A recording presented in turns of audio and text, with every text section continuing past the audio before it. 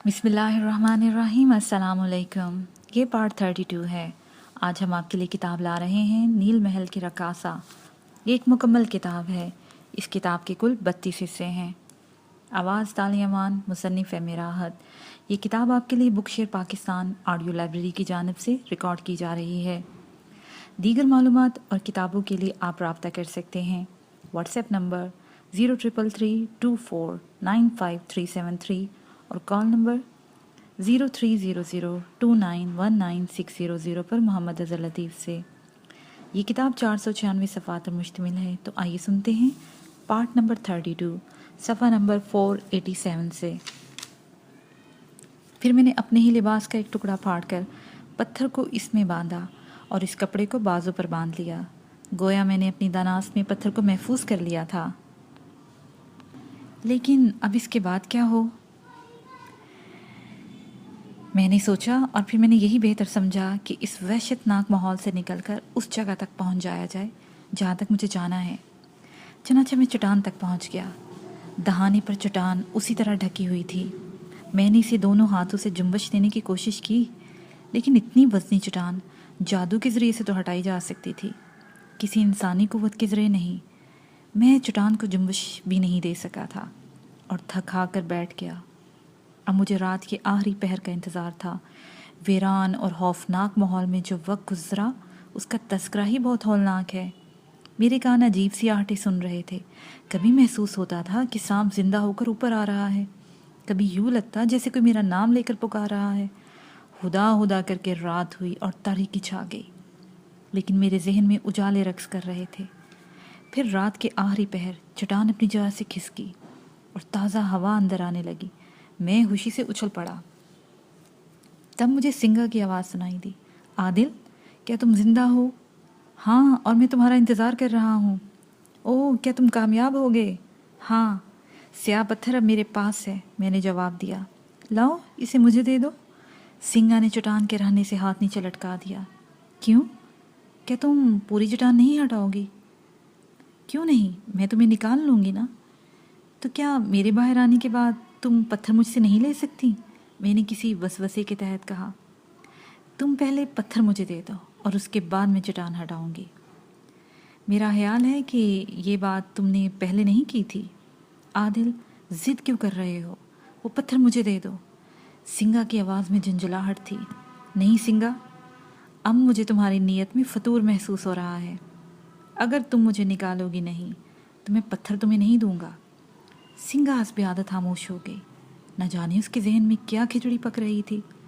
चंद साथ के बाद उसने ठहरे हुए लहजे में कहा, देखो आदिल, अगर तुम मुझे पत्थर नहीं दोगे तो मैं तुमसे किसी बदअहदी का इरादा नहीं रखती, लेकिन तुम्हारे निकलने से कबल पत्थर मेरे हाथ में आना ज़रूरी है। अगर तुमने मेरे हुक्म की तामील ना की तो मैं ये चट्टान बंद करके चली जाऊंगी, और उसके बाद ता ज़िंदगी इस गार से बाहर नहीं निकल सकोगे। और इस कैद खाने में ज़िंदा रहना किस कदर मुश्किल काम है, इसका अंदाज़ा तुम्हें हो चुका होगा। कुछ भी हो जाए सिंगा, मैं उस वक्त तक ये पत्थर तुम्हें नहीं दूंगा जब तक तुम मुझे बाहर ना निकाल दोगी। आखिर इसमें कबाहत क्या है? कबाहत ये है जलील इंसान कि बाहर आने के बाद तुम भी बेपनाह कुव्वतों के मालिक बन जाओगे, और उसके बाद मुमकिन है कि तुम ये पत्थर मेरे हवाले करना पसंद ही ना करो। और इस गार में रहकर ऐसा नहीं हो सकता। मैं नहीं जानती, लेकिन तुम्हें मेरी बात मान लेनी चाहिए। अगर तुमने मेरी बात ना मानी तो चंद साथ के बाद चट्टान बंद कर दूंगी और गार के अंदर पानी ही पानी भर जाएगा। तुम इसी पानी में डूबकर हलाक हो जाओगे। तुम मेरे इल्म से टकराने की कोशिश मत करो। सिंगा, अगर तुम बदअहदी ना करती और मुझे बाहर निकाल देती और उसके बाद ये पत्थर मुझसे तलब करती तो जाहिर है मुझे इस बदरंग और बदसूरत पत्थर का क्या करना था। मैं इस पत्थर को खामोशी से तुम्हारे हवाले कर देता, और तुमने जिस अंदाज से मुझे धमकी दी है और जो कुछ कहा है उससे मुझे अंदाज़ा हुआ है कि तुम मुझे गार से नहीं निकालोगी और पत्थर हासिल करने के बाद यही कैद कर दोगी। नहीं, ऐसा नहीं होगा। मैं नहीं मानता। नहीं मानते तो जहन्नुम में जाओ, सिंगा ने कहा, और चट्टान अपनी जगह आ गई। मैं एक लम्हे के लिए बदहवास हो गया था। मैंने चट्टान से कान लगा दिए, लेकिन अब कोई आवाज़ नहीं सुनाई दे रही थी। एक लम्हे के लिए मैं सख्त परेशान हो गया था, लेकिन पत्थर किसी तौर सिंगा को देना मुनासिब नहीं था। वो मेरी जान की गाहक थी, इसलिए मैं ये खतरा मोल नहीं ले सकता था। चंद साथ में सोचता रहा, फिर मैंने आंखें बंद कर ली और सीढ़ी की दीवार से टेक लगाकर बैठ गया। अगर ये पत्थर इतना ही मुतबरक है तो फिर ये मेरे काम क्यों नहीं आ सकता, मैंने सोचा। और उसी वक्त कुछ हुआ। अचानक ही मेरे इर्द गिर्द एक धुंध सी छा गई। कुछ लम्हों तक मेरी समझ में नहीं आ सका था कि ये कैसी धुंध है, लेकिन फिर आहिस्ता आहिस्ता इस धुंध में मध्यम मध्यम सी रोशनी पैदा हो गई और इस रोशनी में एक चेहरा मेरी निगाहों के सामने आया। फिर जैसे एकदम मेरा जहन रोशन हो गया। पिछले कुछ अरसे से मैं अपने माजी को भूल चुका था और मुझे ये भी याद नहीं रहा था कि मैं कहाँ और कैसे आ गया हूँ। मेरे इर्द गिर्द जो किरदार बिखरे हुए थे वो एकदम मेरे जहन से महव हो गए। जो चेहरा मुझे नज़र आया वो गफ़ान हूरी का चेहरा था। वो अपने महसूस अंदाज में मध्यम सी मुस्कुराहट के साथ मेरी नज़रों के सामने आ गया था। तुम? मैंने हैरत से कहा। भूल गए मुझे? गफ़ान हूरी की आवाज़ उभरी और मैं चकराने लगा। कुछ लम्हे तक मैं अजीबो गरीब कैफियत का शिकार रहा। फिर मैंने एक गहरी सांस लेकर कहा, गफ़ान हूरी, मैं तो एक अनोखे जाल में गिरफ्तार हो गया हूँ। मेरे इर्द गिर्द जो किरदार बिखरे हुए हैं, मैं तो इनमें इस तरह रच बस गया हूँ कि मेरे साथ चलना पसंद करोगे? हाँ, क्यों नहीं, मैंने जवाब दिया और गफ़ान हूरी अपनी जगह से वापस मुड़ गया। मैं इस तरह इसके पीछे पीछे चल पड़ा जैसे किसी को हिप्नोटाइज कर दिया जाता है। गफ़ान हूरी गार से बाहर निकल आया था, लेकिन बाहर की दुनिया बिल्कुल ही अजीब और मुख्तलिफ थी। मुझ पर नीम गशी की सी कैफियत तारी होने लगी। जिस माहौल से निकल कर मैं आया था अब उसका दूर दूर तक नामो निशान नहीं था, बल्कि तहद्दे निगाह समुंदर फैला हुआ था और समुंदर की शोर मचाती लहरें साहिल से सर टकरा रही थी और तहद्दे नज़र किसी और शख्स का वजूद नहीं था।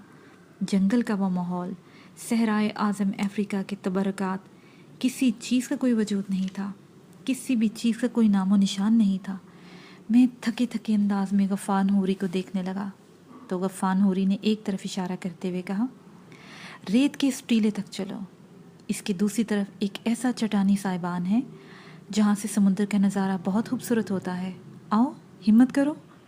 और मैं उसके पीछे पीछे चल पड़ा और रेत के उस टीले के पास पहुँच गया जहाँ वाकई एक तरह का प्लेटफॉर्म बना हुआ था, जैसे समुद्र के किनारे इसे बाकायदा इंसानी हाथों ने तराशा हो। बैठो, मुझे ये बताओ गफ़ान हूरी, ये क्या तिलिस्म है? ये तिलिस्म नहीं बल्कि सहराए आज़म का ही एक हिस्सा है, लेकिन इस जगह से बहुत दूर जहाँ तुम गुम हो गए थे। तुमने आईना हयात के तसव्वुर के साथ ये सोचा था ना कि ये पत्थर मेरी मदद क्यों नहीं कर सकता? बेशक इस तिलिस्मी पत्थर ने आने वाले वाक़यात को एक लम्हे में ख़त्म कर दिया है और इसका मकसद यही है कि हम अपनी मंजिल तक पहुंचने में कामयाब हो गए हैं। मंजिल? मैंने सवाल किया। हाँ, जिस कदर पुरस्रार दास्तानें तुम्हारी ज़िंदगी में शामिल हुई हैं और जिस तरह लातदाद किरदार तुम्हारे इर्द गिर्द बिखर गए हैं, क्या तुम इसे तिलिस्म नहीं कहोगे? सुनो, मैंने तुमसे पहले भी कहा था कि मैं गफ़ान हूरी तुम्हारे वजूद में रच बस गया हूँ। ये कोई जादुई अमल नहीं है, बल्कि मैंने सिर्फ एक तजर्बा किया है। हर इंसान का अपना एक हमजाद होता है। वो हमजाद इसकी शख्सियत में रहता है। वो बाकायदा जिस्म के किसी रास्ते से बाहर नहीं निकलता, बल्कि एक एहसास, एक रूह, एक साया, या फिर तुम कुछ भी उसे समझ लो, बनकर तुम्हारे साथ रहता है। मैंने सिर्फ इतना किया कि तुम्हारे हमजाद को काबू कर लिया, यानी एक वो और एक मैं। ये एक रूहानी तजर्बा है आदिल शाह। मैं तुम्हारा हमजाद बनकर हर लम्हा तुम्हारे साथ रहा हूँ। मैंने ये बात तुमसे पहले भी कह दी थी कि मैं तुमसे दूर नहीं रहूँगा। मैंने ये सारी जिम्मेदारियाँ तुम्हारे ही कंधे पर नहीं डाल दी थी। तुम मेरे लिए जिस्म बनकर काम कर रहे थे और मैं हमजाद की हैसियत से तुम्हारे हर लम्हे में तुम्हारा साथी बना हुआ था और मैंने तुम्हारी सोचों पर कब्ज़ा जमा लिया था। मैंने तुम्हें बताया था कि फ़िरौन, जिन्होंने एक लंबी तारीख़ रकम की है और इस तारीख़ में मेरी अताशिया का नाम भी है, अताशिया के बारे में तुम्हें काफ़ी मालूमात हासिल हो चुकी हैं। वो इस दौर की सबसे हसीन शख्सियत थी।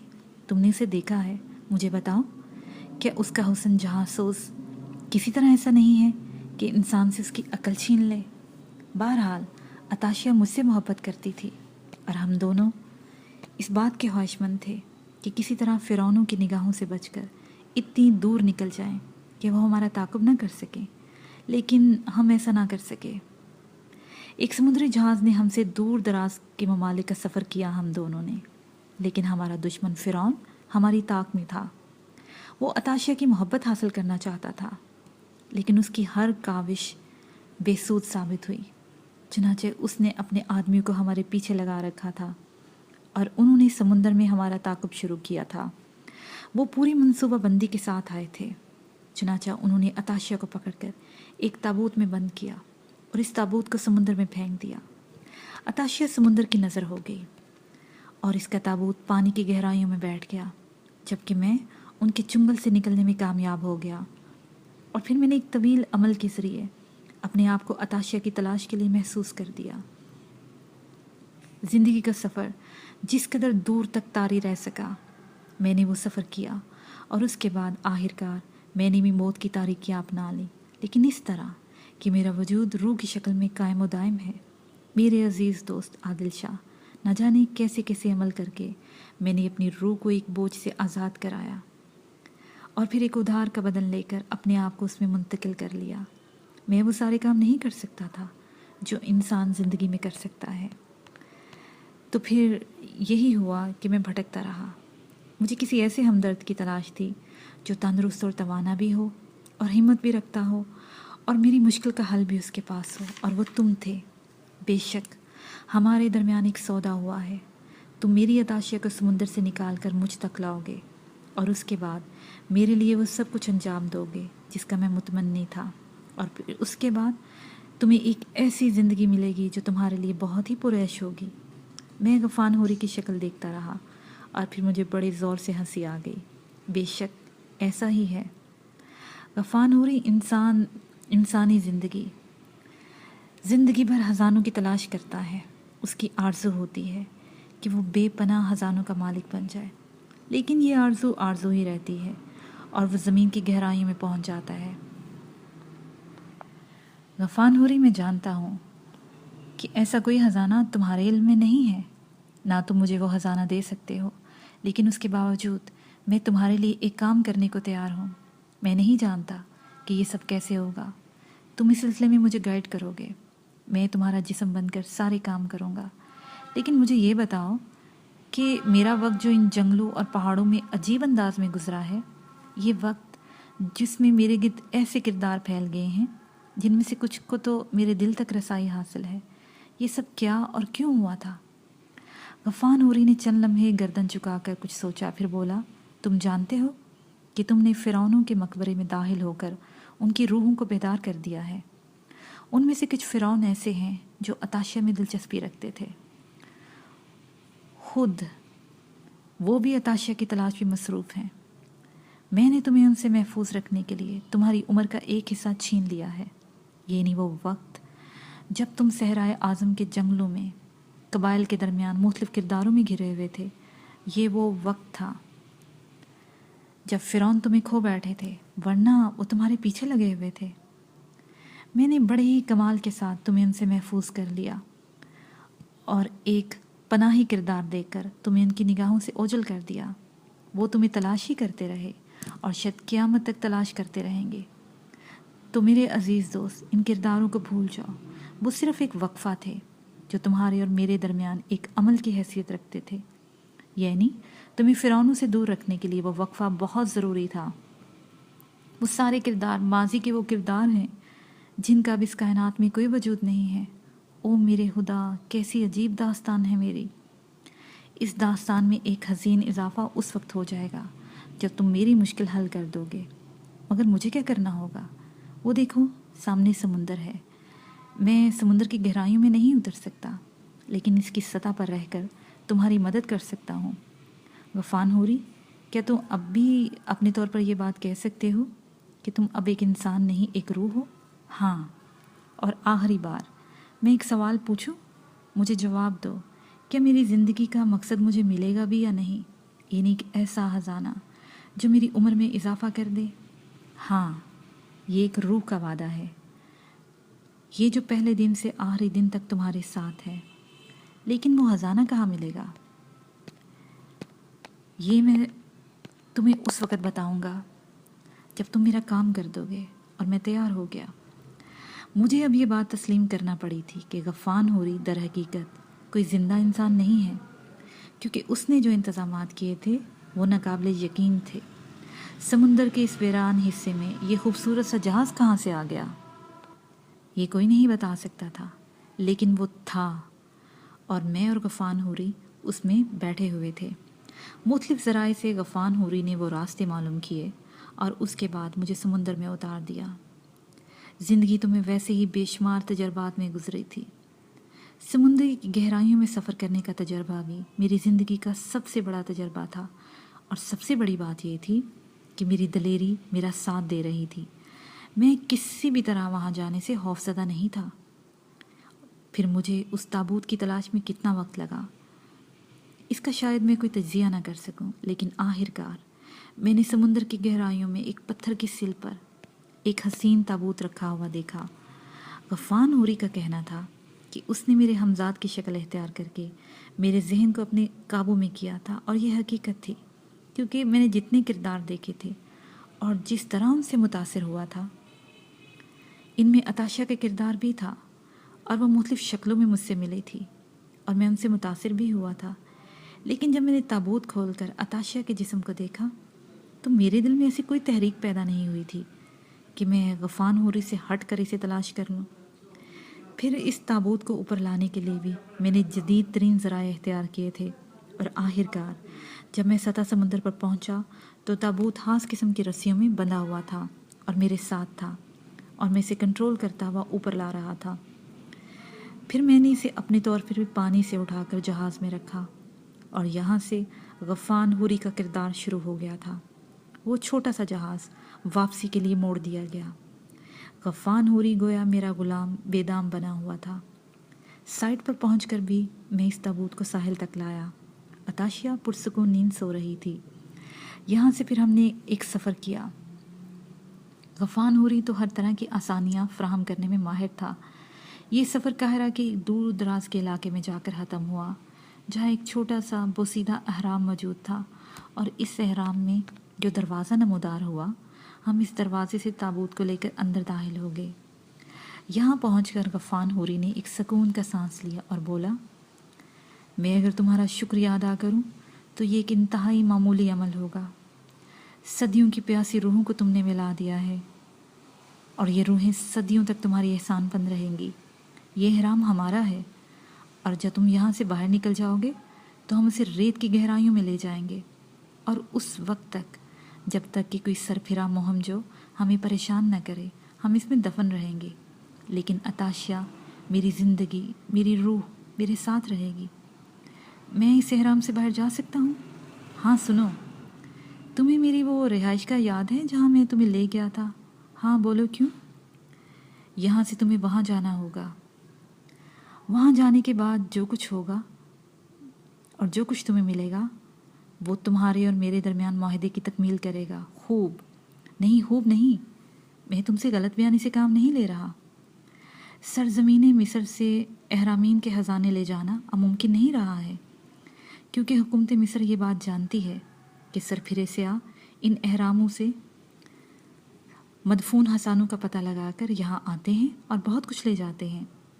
ये सब कुछ सरजमीन मिस्र की मलकियत है, और यहाँ से बड़े बड़े ख़जाने मुंतकिल हो चुके हैं जो बहरहाल इन लोगों के लिए नुकसानदेह हैं।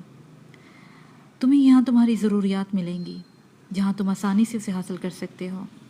गफ़ान होरी सच कह रहा था या गलत, इसका मकसद तो बहरहाल पूरा हो चुका था, और मुझे ज़ाहिर है अब वापसी करनी थी। चुनांचे मुख्तलिफ मराहल से गुजर कर मैं आखिरकार अपने वतन वापस पहुँच गया। ये हैरान कुन बात उस वक़्त मेरे इल्म में आई जब मैं गफ़ान होरी की उस कोठी में दाखिल हुआ। वहाँ मौजूद मुलाजमीन ने मुझे बड़े ही अदब से झुक कर सलाम किया था, और मुझसे इस तरह का बर्ताव किया था जिस तरह वो मुझे अच्छी तरह जानते हो। اور یہ جگہ میری اپنی ملکیت ہو۔ پھر وہیں ایک تہھانے میں مجھے خزانوں کے انبار ملے۔ غفان حوری نے جو کچھ کہا تھا وہ غلط نہیں تھا۔ مجھے وہ کچھ ملا تھا جس کے لیے میں نے انتہائی جدوجہد کی تھی۔ بس اس کے بعد کی زندگی میری اپنی تھی کہ میں جس طرح چاہتا اسے بسر کرتا۔ اور حقیقت یہی ہے کہ اس دور میں، اس کائنات میں، اگر کوئی مالی طور پر بہتر ہے تو اس کے لیے عزت بھی ہے اور ایک حسین زندگی بھی۔ اب میری زندگی کے کئی ساتھی ہیں جن کی تفصیل جانے دے، آپ کو اس سے کیا ملے گا، لیکن کسک سی اٹھتی ہے اور وہ مجھے بہت یاد آتی ہے۔ ختم شد۔